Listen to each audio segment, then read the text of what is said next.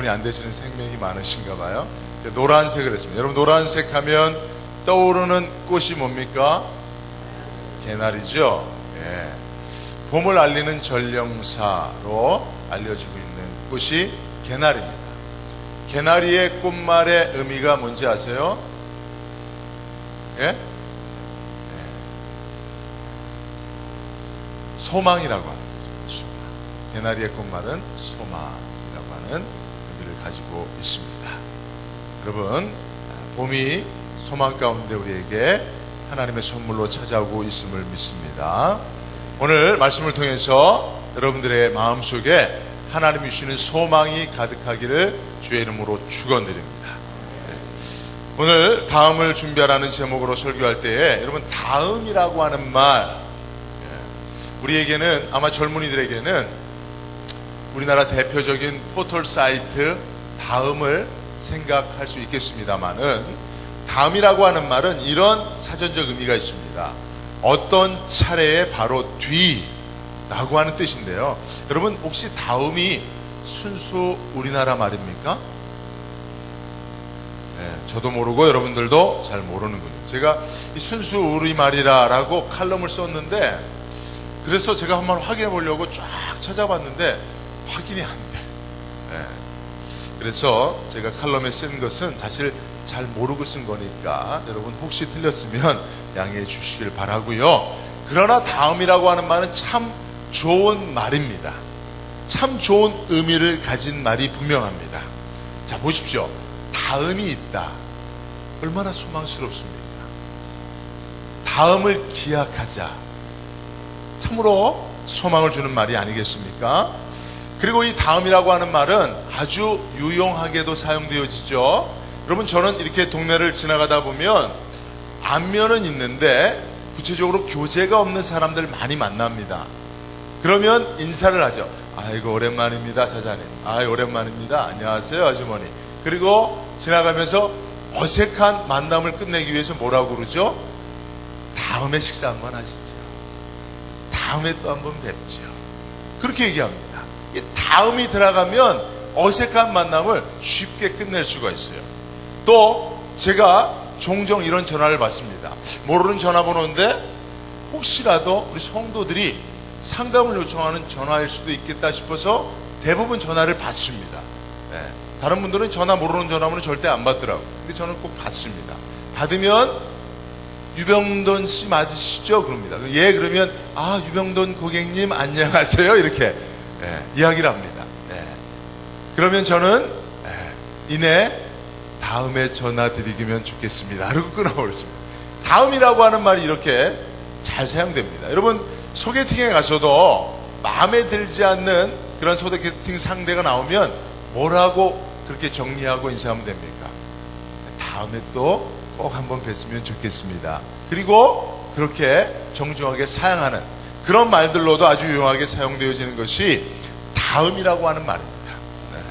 특히 여러분, 믿는 자들에게 있어서 다음은 소망과 연결되어지는 의미를 가지고 있습니다. 여러분, 하나님은 소망의 하나님이심을 믿습니다. 로마서 15장 13절을 보면 소망의 하나님이 모든 기쁨과 평강을 믿음 안에서 너희에게 충만하게 하사 성령의 능력으로 소망이 넘치게 하시기를 원하노라. 예, 소망의 하나님은 우리의 다음을 준비하시는 하나님이신 줄로 믿습니다. 예, 하나님이 예비하시는 다음이 우리들의 삶에 준비되어 있음을 믿습니다. 여러분, 얼마 전에죠, 오바마 대통령이 당선되고 당선 수락 연설을 했습니다. 그 중에 아주 유명해진 그런 문장이 하나 있어요. 뭐냐면 The best is yet to come 이라는 뜻이에요. 그런 의미입니다. The best is yet to come. 저 무슨 말입니까? 최고의 순간은 아직 오지 않았다는 거예요. 그 무슨 말 하는 겁니까? 내가 대통령이 됐으니 이제는 여러분들이 경험하지 못했던 최고의 순간이 다음에 준비되어 있으니 기대해 보라는 겁니다. 여러분, 여러분들도 이 말을 꼭 기억하시길 바랍니다. 여러분들의 인생에 최고의 순간은 아직 오지 않았습니다. 어디에 있습니까? 다음에 있습니다. 하나님이 여러분들을 위하여 준비하시는 다음이라고 하는 시간의 선물 속에 여러분들의 인생의 최고의 순간이 예비되어 있음을 믿으시기 바랍니다. 여러분, 지금이 전부가 아님을 믿으시기 바랍니다. 여러분, 지금으로 여러분들의 인생의 끝이 아닌 것입니다. 항상 하나님이 여러분들을 위해 더 좋은, 지금보다 더 좋은 다음을 준비하고 계시다는 사실을 여러분 꼭 믿으시기 바랍니다. 저도 지금까지 살아오면서 어느 때에는 이제 끝났구나, 이제 정말 더 이상 다음은 존재하지 않는구나 라고 생각할 때가 많이 있었습니다. 가정생활에 있어서도 끝났어 라고 생각할 때도 있었고, 심지어는 목회를 할 때도 더 이상 목회하기 어렵겠구나, 끝났구나, 이제 나는 끝이구나, 그렇게 절망 가운데 그렇게 부르짖을 때가 있습니다. 근데 지금 지나보니까 항상 저는 그렇게 생각했었던, 끝났다고 생각했던 그 다음이 있었어요.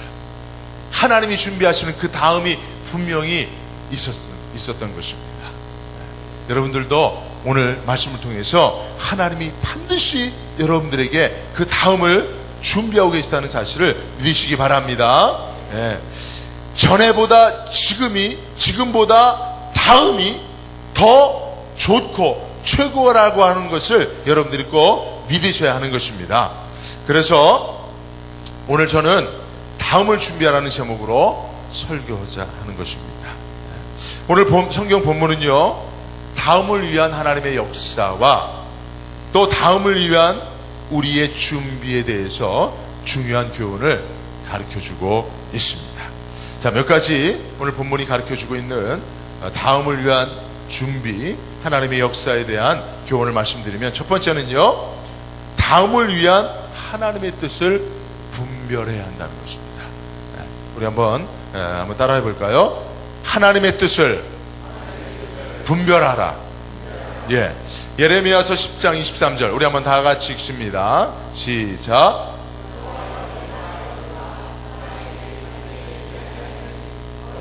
지도함이 걷는 자에게 있지 아니하니라. 아멘. 여러분, 우리가 걸어가야 하는 인생의 다음을 지도하시는 분이 누구라고요? 하나님이시라는 겁니다. 그러므로 여러분, 우리는 먼저 내 마음대로 다음을 결정하지 말고 누구에게 물어야 됩니까? 하나님에게 물어야 돼요. 여러분, 그 세상 말 가운데 조금 과격한 말인데 햇짓거리라는 말이 있어요. 아시죠? 헛짓을 좀 더 강조해서 하는 말입니다. 햇짓거리 하지 말라. 그런 말의 의미를 들어보신 적 있으시죠?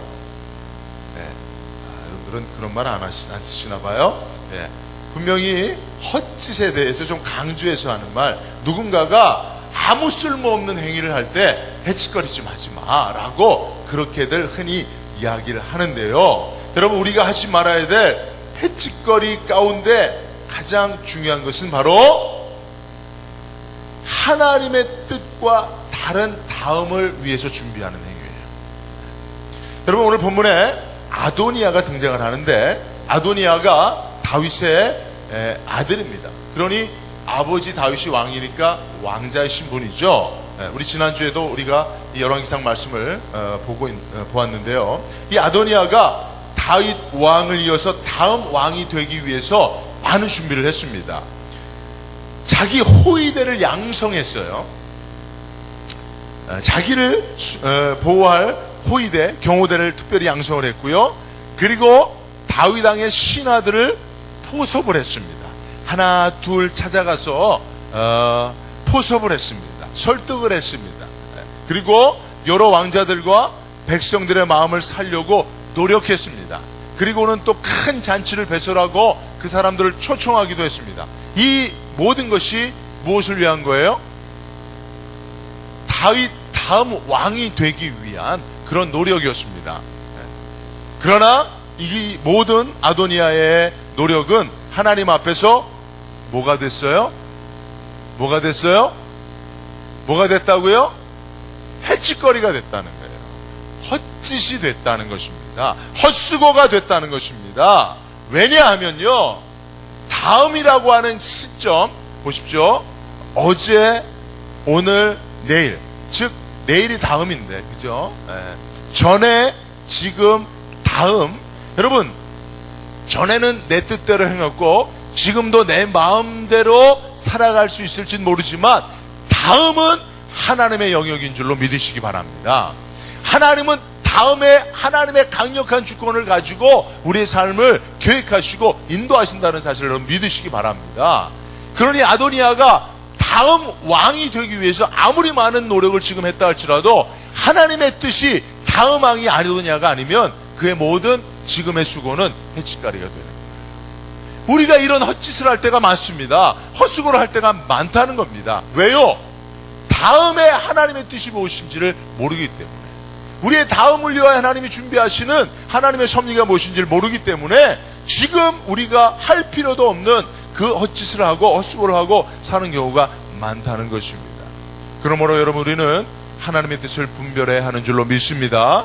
오늘 본문에 보면 하나님의 다음을 위하여 역사하시는 하나님의 뜻을 분별하는 두 사람이 있었습니다.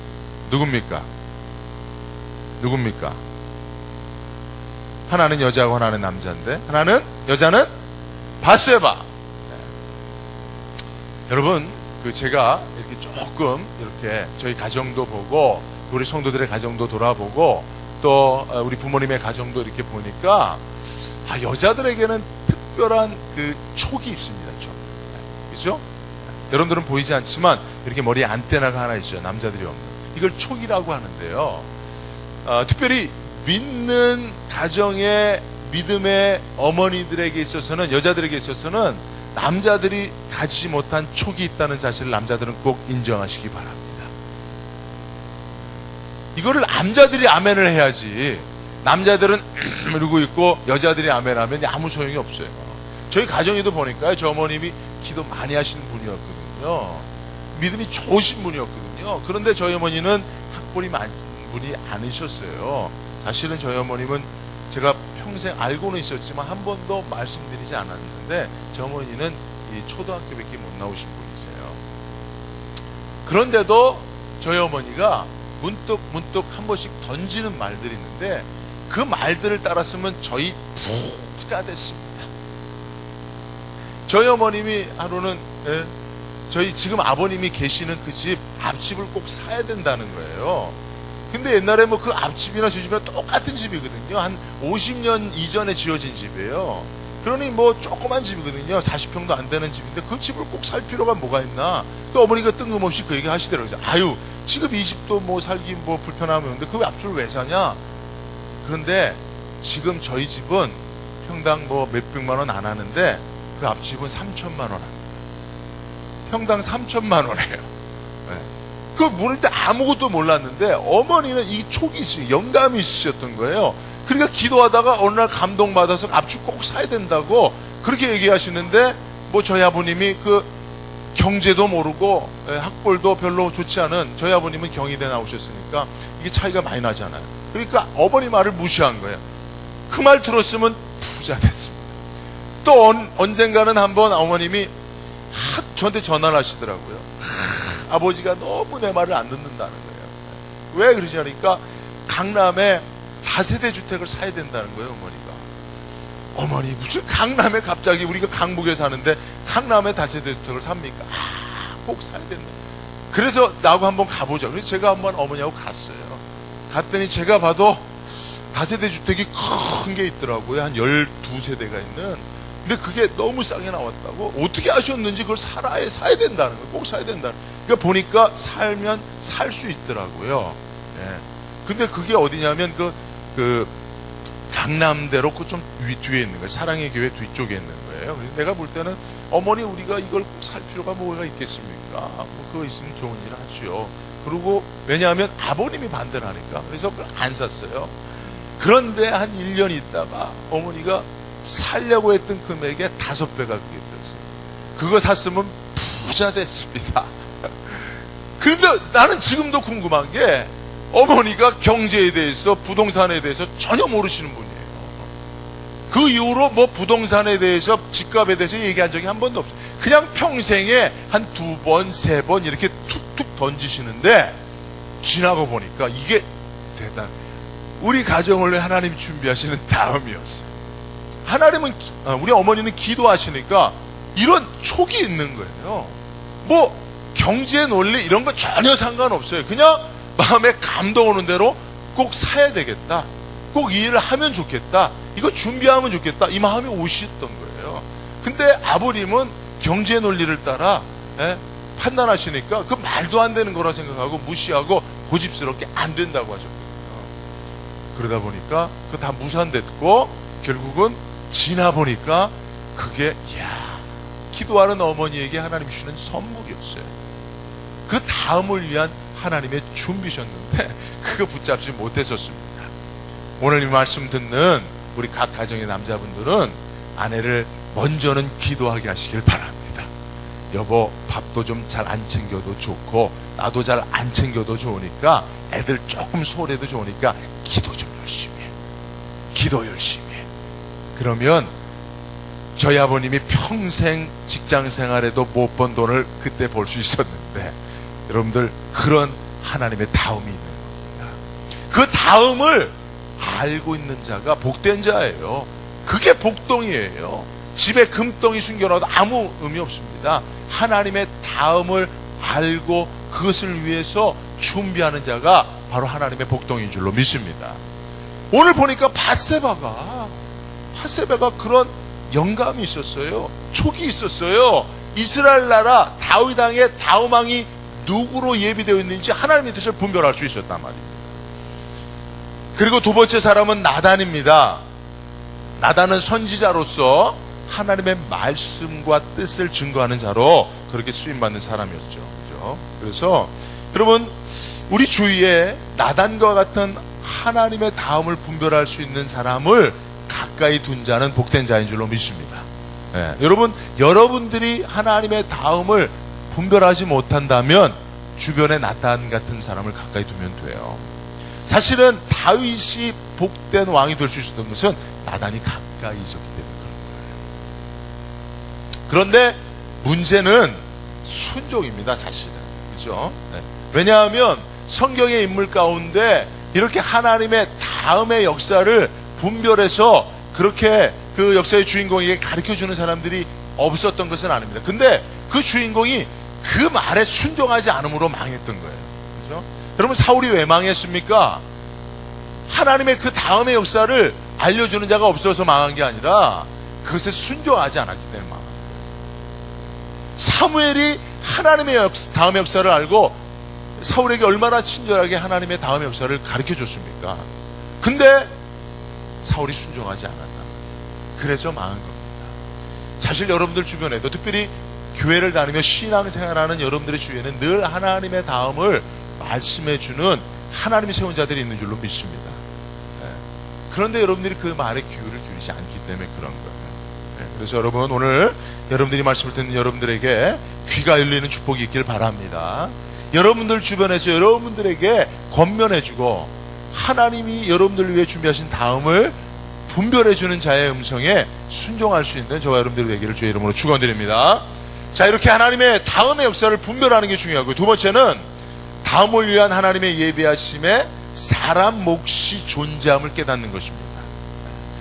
즉 하나님이 다음을 위하여 준비하시고 그것을 우리에게 선물로 가져다 주시고 그 다음의 역사를 이루실 때 그것에 동역하는 자가 필요하다는 겁니다. 할렐루야. 예. 여러분, 하나님은 창세기에서 처음으로 우리에게 하나님 자신을 소개할 때 언약의 하나님으로 소개하였습니다. 하나님은 언약을 통해 저와 여러분들과 관계하심을 믿으시기 바랍니다.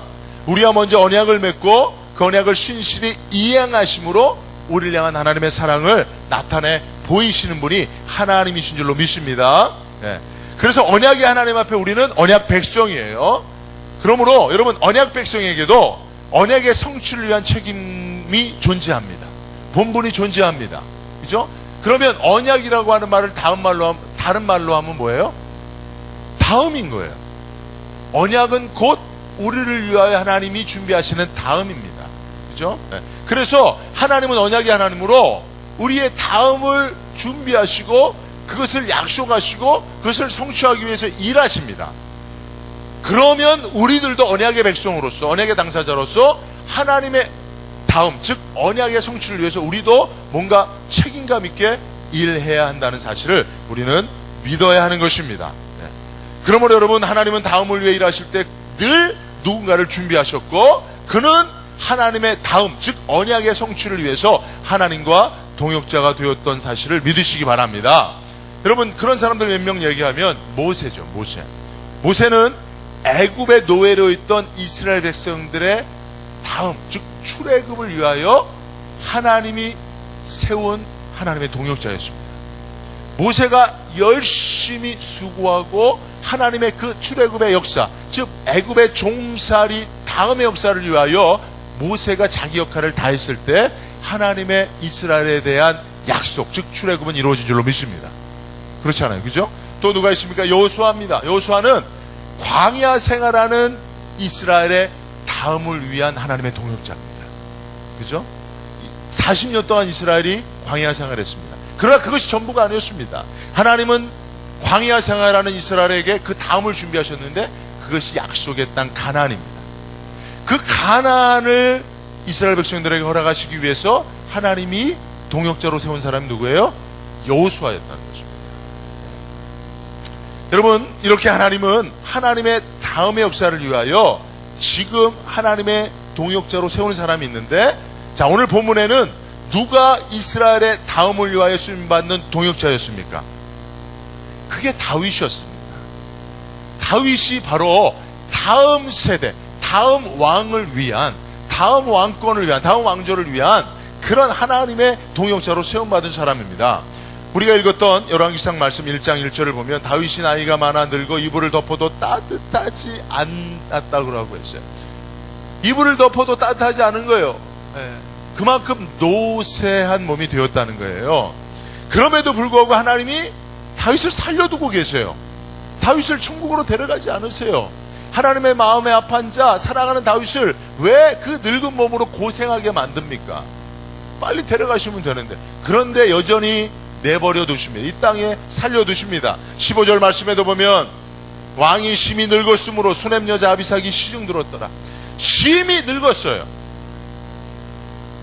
그래서 여자애가 수종 들지 않으면, 쉽게 말하면 그런 게 똥오줌도 잘 못 가린 거예요. 혼자 밥 한 끼 먹을 힘도 없었던 거예요. 그러니까 여자가 옆에서 한 입을 해서 몸을 녹여주고 아침 점심 저녁 때마다 밥 먹여주고 또 대소변 가려주고 그랬다는 겁니다. 여러분, 왜 하나님이 다윗왕을 이런 비참한 가운데 내버려 두십니까? 왜 심히 늙었는데도 여전히 다윗을 살게 하십니까? 무엇 때문에요?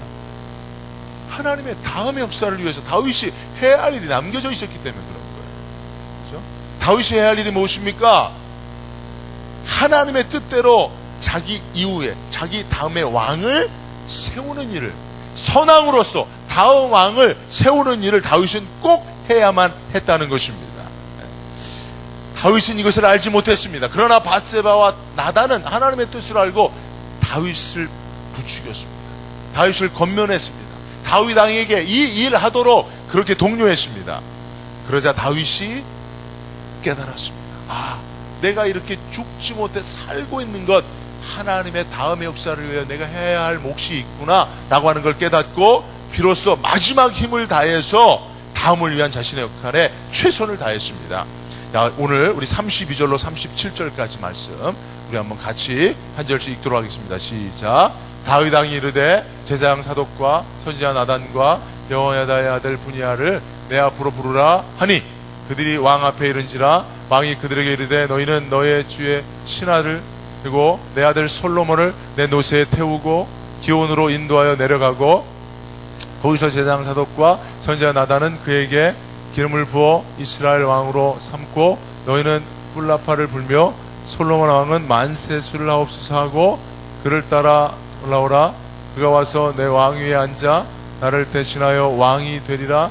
내가 그를 세워 이스라엘과 유다의 통치자로 지명하였느니라. 아멘. 네, 여기까지만 여기까지만 읽어도 될 것 같습니다. 네, 뒤에도 우리 30절 30절도 있는데, 여러분 지금 다윗 왕이요 그냥 하루 종일 침상에 누워서 동료 아비삭이 섬기는 그 성비만 받고 아무 할 일 없이 늙은 몸으로 있었습니다. 그러나 그가 깨달았습니다. 내가 이렇게 죽지 못해 살고 있었던 그 이유가 하나님의 다음을 위하여 내가 해야 할 몫이 분명히 있었구나. 그걸 깨닫고 이렇게 신하들을 부르고 솔로몬을 다음 왕으로 세우는 일에 최선을 다했습니다. 그랬을 때에 하나님의 그 다음이 이루어진 줄로 믿습니다. 여러분들도 여러분들 위하여 준비하신 하나님의 그 다음이 여러분들의 삶에 이루어지기를 원하십니까? 그러면 여러분들이 지금 그 다음을 위해서 무엇을 해야 하는지를 깨닫고 그 일에 순종할 수 있기를 주의 이름으로 부탁을 드립니다. 예, 최소한 기도라도 해야 됩니다. 최소한 기도라도 해야 돼요.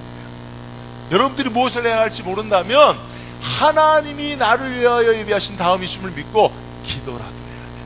그러면 하나님의 다음이 반드시 여러분들의 삶 가운데 이루어질 수 있음을 믿으시기 바랍니다. 예, 하나님의 다음의 역사는 동역하는 우리들의 순종이 함께 있어진다는 것, 이것이 두 번째 교훈이고요. 이제 세 번째 말씀드립니다. 자, 따라합니다. 다음은 지금과 연결되어 있다. 네.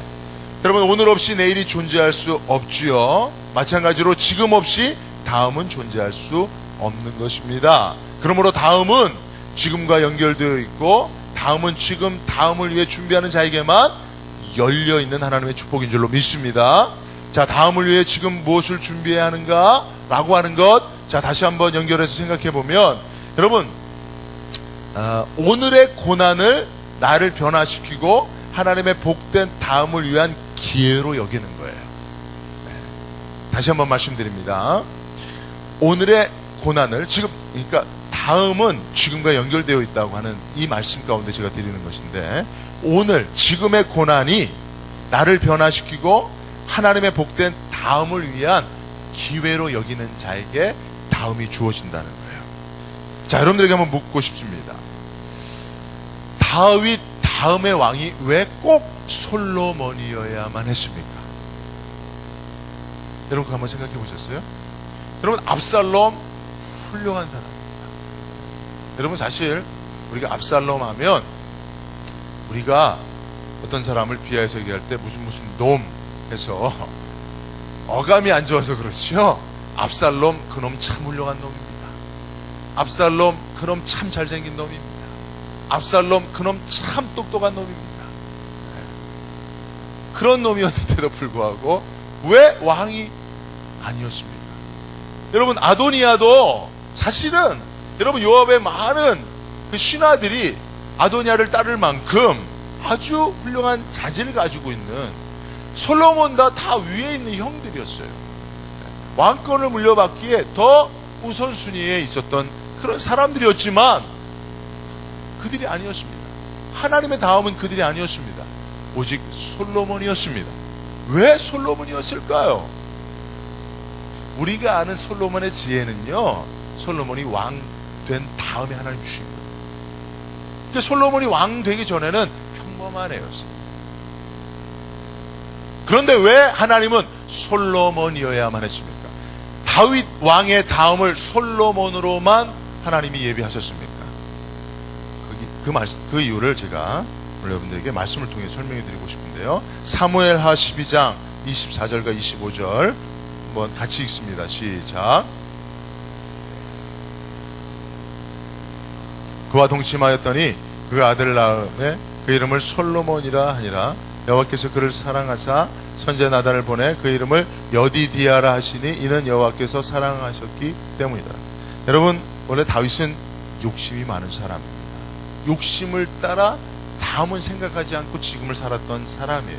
그래서 자기의 불타는 정욕, 지금의 불타는 정욕 때문에 자기를 위하여 전쟁에서 승리를 가져다주는 충신 우리아의 아내를, 우리아를 죽이고 취한, 마치 눈앞에 한 개의 마시멜로를 먹지 않고 기다리면 두 개를 주겠다고 하는 그 이야기도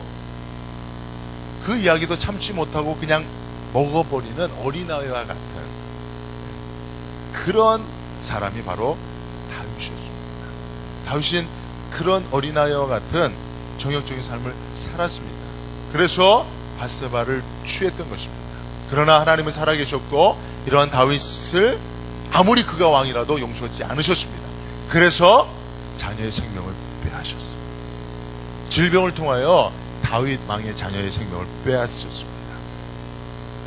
여러분, 아무리 욕심 많은 왕이라도 자기 눈앞에서 사랑하는 자녀가 아파서 시름시름 앓다가 죽어가는 장면을 보면 마음이 무너지죠.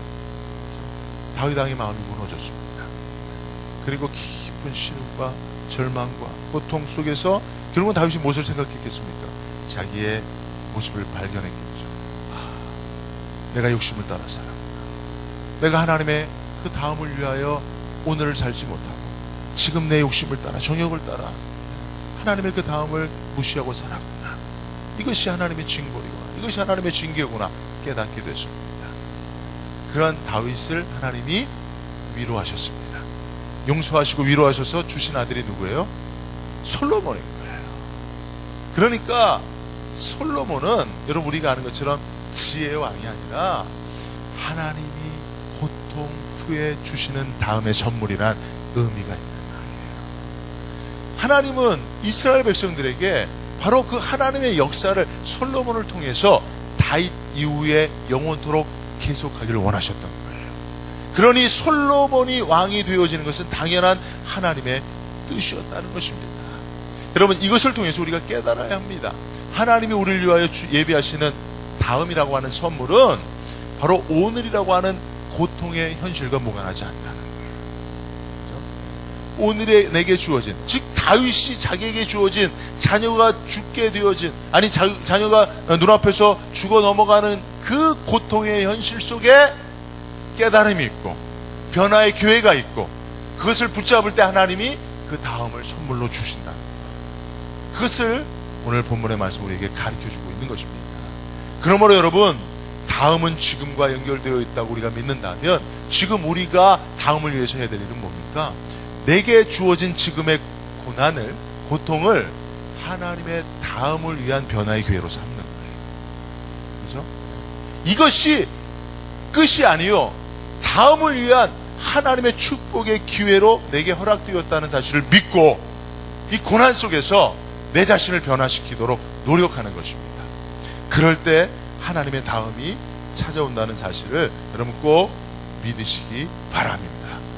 고통 다음에 반드시 복된 하나님의 다음이 있음을 믿으시기 바랍니다. 하나님을 믿는 자의 고통은 절대로 그의 인생의 마침표요 결론일 수 없다는 사실을 믿으시기 바랍니다. 고통 다음에 하나님의 다음의 역사, 그 고통과 비교할 수 없는 것을 보상해 주시는 하나님의 다음이 있음을 믿으시기 바랍니다. 네, 제가 두 가지 얘기하고 말씀 맺겠습니다. 며칠 전부터 이 새벽에 이제 제가 이제 새벽 기도하고 우리 5시 반이잖아요. 그럼 제가 이제 한 4시 반쯤이나 일어나고 피곤할 때 한 5시에 일어나 설교를 준비하고. 근데 한 4시쯤부터 시끄러운 거예요. 그러면서 한 4시 좀 넘었는데 드라이 한 소리가 나요. 헤어 드라이기 하는 소리가 나요. 저희 안방에, 저희 사모하고 제가 자는 안방에 헤어 드라이가 있는데, 아니 딱 잃어보니까 저희 우리 큰아들이 헤어 드라이기로 머리를 말리고 있는 거예요. 야, 너 지금 뭐하냐? 그러니까 아빠 학교 가려고 머리 말리고 있어 그러더라고요. 불도 안 켜고. 그 시간을 보니까 4시 한 10분쯤 됐어요. 야, 지금 몇 시니? 너 시가 좀 봐봐. 야, 너 7시도 안 됐는데 뭐 하는 거야? 그러니까 진짜야? 아빠 나 며칠째 계속 이러고 있어 그러더라고요. 며칠째 애가 그냥 새벽에, 얘가 2시에 자거든요. 1시 반에 도서관에서 와서 2시에 자요. 근데 4시쯤 돼서 일어나갖고 무의식중에 화장실 가서 목욕하고, 매일 아침마다 목욕하고 머리 감고 머리 말리고. 그럼 내가 일어나서 너 뭐 하고 있냐 그러는 거죠. 근데 알고 봤더니 벌써 3일째 4일째 그러고 있다. 야, 그래갖고 제가 마음이 좀 짠하더라고요. 제가 딱 보니까 이게 스트레스, 공부에 대한 스트레스가 가득하니까 잠을 못 자는 거예요. 참, 그러면서 걔가 어제 저한테 그런 얘기예요. 어제도 어제는 좀 일찍 오라 그랬었는데 오늘 예배가 있으니까 일찍 와라. 그래서 12시에 왔어. 12시에 와서 나 저한테 그래요. 아빠 제가 기도하잖아요. 저를 위해서 기도하는데 하나님이 그런 말씀을 하시더라고요. 무슨 말씀 하시냐 그러니까 네가 그냥 지금처럼 열심히 하면 하나님이 어떤 상황이든지 좋은 결과를 줄 거니까 걱정하지 말라고. 하나님이 이렇게 기도할 때 응답하셨다. 와. 그러면서 오늘 그 중고등부 예배 끝나고 올라와서 막 기쁜 마음으로 올라와서 저한테 그러더라고요. 아빠 오늘 뭔가 느낌이 있었어 그러더라고요. 예배 때 처음으로 받는 느낌이 있었대요. 찬양하고 우리 송대선 목사님 말씀 들을 때 느낌이 왔대요. 근데 오늘 찬양도 아무것도 염려하지 말고 오직 모든 일에 기도와 간구로 너희 구할 것을 감사함으로 하나님께 아뢰라. 그 찬양을 들을 때 하나님이 자기한테 말씀하시는 것 같은데요. 오늘 목사님 설교도 그 염려하지 말라. 네? 네가 염려함으로 내 키가 한자나 아빠 그런 말씀이 어디 있어? 마태복음에 있는 말씀인데 그런 말씀 했는데 나에게 주신 말씀 같은데요. 하나님이 나에게 염려하지 말라고 오늘 말씀하셨던 것 같아요. 그래서 저희가 그 위로를 받았던 것이다. 할렐루야. 여러분, 걔가 지금 고3으로서 고통하고 있습니다. 허리 아파갖고 병원에 가서 주사 맞고 있어요. 앉아있는 게 너무 힘들대요. 그런데도 주사 맞으면서도 저나 우리 사모는, 특히 사모는 공부할 필요 없다고 계속 그렇게 얘기하는데도 열심히 공부하는 거예요. 그게 힘들고 고통스럽잖아요. 근데 그 고통이 하나님의 다음을 믿게 만들더라고요. 걔가 만약 이러고 칠랄래 팔랄래 돌아다니고 그랬으면 그 하나님의 다음에 대한 메시지를 들을 수 없었을 거예요. 찬양 중에 말씀 중에 말씀하시는 하나님의 음성을 듣지 못했을 거예요. 근데 지금 고통스럽지만 그 고통을 외면하지 않고 열심히 그 고통을 붙잡고 공부하고 있으니까 하나님이 그 다음에 대해서 말씀하시더라고요. 할렐루야. 네. 한 가지 더 말씀드립니다. 제가 지지난주죠. 필리핀에 갔다 왔잖아요. 필리핀에 가서 선교사님을 만났는데 선교사님하고 교제하다 보니까 이 선교사님이 40개월이 안 된 쌍둥이 딸이 있다는 거예요. 그래서 선교사님 보고 근데 아무리 봐도 선교사님 나보다 더 나이 들어 보이거든요. 근데 40개월이 안 된 쌍둥이 딸이 있다는 거예요. 그래서 선교사님 실례지만 올해 나이가 어떻게 되세요? 그러니까 52세래. 52세인데 40개월이 안 된 쌍둥이 딸들이 있대. 우리를 가이드하느라고 딸들이 며칠째 못 보고 싶어 죽겠다는 거예요. 딸들이 전화해서 영상통화하면서 아빠 빨리 와 그러면서 막 울더라는 거예요. 자기가 가슴이 찢어진다는 거예요. 선교사님 도대체 애들이 몇째 딸이에요? 그러니까 하나님이 처음으로 주신 쌍둥이 딸이에요. 결혼한 지 24년 만에 하나님이 처음으로 주셨는데 쌍둥이 딸 주셨대요. 할렐루야. 야, 근데 더 놀라운 거는 이분이 안산에서 목회를 하시는 분이에요. 개척해서 목회를 잘 하시고 10여 년 목회를 잘 하는데 번아웃이 된 거예요. 다 탈진한 겁니다. 그래서 성도가 미워지더래요. 하나씩. 야, 나는 이렇게 저 성도들을 위해서 10여 년을 참 고생했는데 저 성도들은 참 늘 나한테 요구만 하지 나를 위해서 뭐 하나 해주는 게 없고 미워지기 시작한다. 그래서 하나님 앞에 기도하기 시작합니다. 기도하면서 내가 이런 마음으로 목회해서는 안 되지 하고 하나님을 더 기쁘시게 할 것이 무엇인가 생각하고 선교를 준비하신 거예요. 그래서 이분이 50대 돼서 선교를 나가신 거예요. 목회 잘 하시고 안산에서 거의 건축도 하고 그래서 뭐 안산에서 그냥 목회 쭉 하면 불편함이 없고 문제가 없는 분이 선교 결단하시고 필리핀 그 가난한 아이들 위해서 선교로 떠나신 거예요. 그럴 때 하나님이 선물로 선교의 선물로 자녀 주셨다는 거예요. 24년 만에. 그러니까 여러분 그 목회하면서 그 고통스러웠던 그 고통의 순간 그것이 없었다면 그리고 그 고통의 순간을 정말 선교로 하나님 앞에 정말 보답하겠다고 하는 오히려 자기 변화의 기회로 삼지 않았다면 그 다음이 있었겠냐. 지금 너무 행복하대요. 그 가난한 애들하고 살면서 앙겔레스라고 하는 곳에서 사역하시는데 살면서 너무 행복하대요. 제가 목회하면서도 이런 행복이 없었는데 너무 행복하대요. 여러분 바로 그분이 그 목회의 고통과 자녀가 24년 동안 자녀가 없는 그 고통이 얼마나 크겠습니까? 그죠? 특히 목회하시는 그 목사님 사모님이 자녀가 없으니까 뭐 성도들이 늘 이야기했을 거예요. 그런 고통을 어떻게 해요? 변화의 기회로 삼. 하나님을 더 기쁘시게 할 것이 무엇인가 하는 변화의 기회로 삼으니까 하나님이 복된 다음을 준비하셨다. 제가 그 얘기를 얼마나 기뻤는지 몰라요. 또 이 은혜가 저희 교회에도 있을 줄로 믿습니다. 저희 교회 성도들에게도 이런 하나님의 복된 다음이 예비되어 있음을 믿습니다. 저는 그 기대를 가지고 한국에 돌아왔고 여러분들에게 이 말씀을 드리는 것입니다. 여러분 다시 한번 마지막으로 오바마 대통령의 연설을 이야기하고 싶습니다. The best is yet to come. 최고의 순간은 아직 여러분들에게 오지 않았습니다. 하나님의 다음이 준비되어 있습니다. 기도하겠습니다.